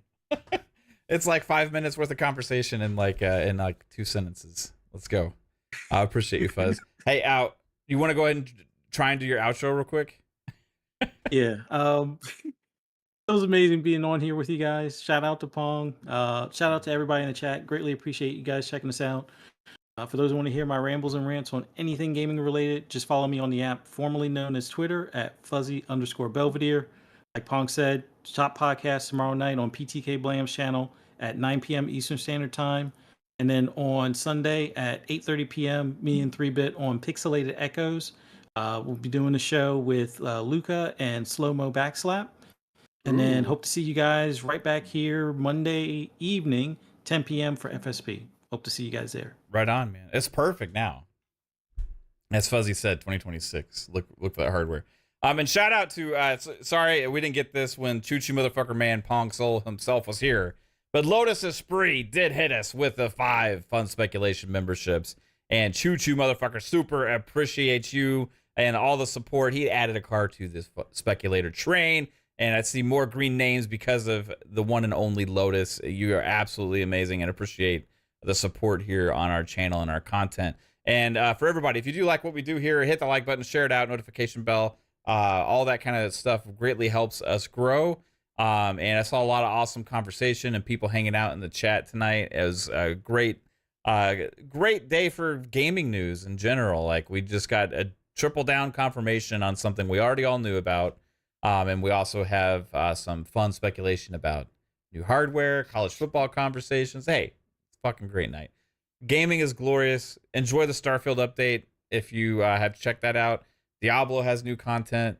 Hellblade 2 is launching in a few days. Showcases around the corner. More shows coming.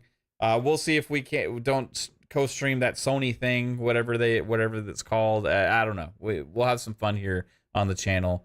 But next week, tune in Monday, FSP, 10 p.m. Eastern Time.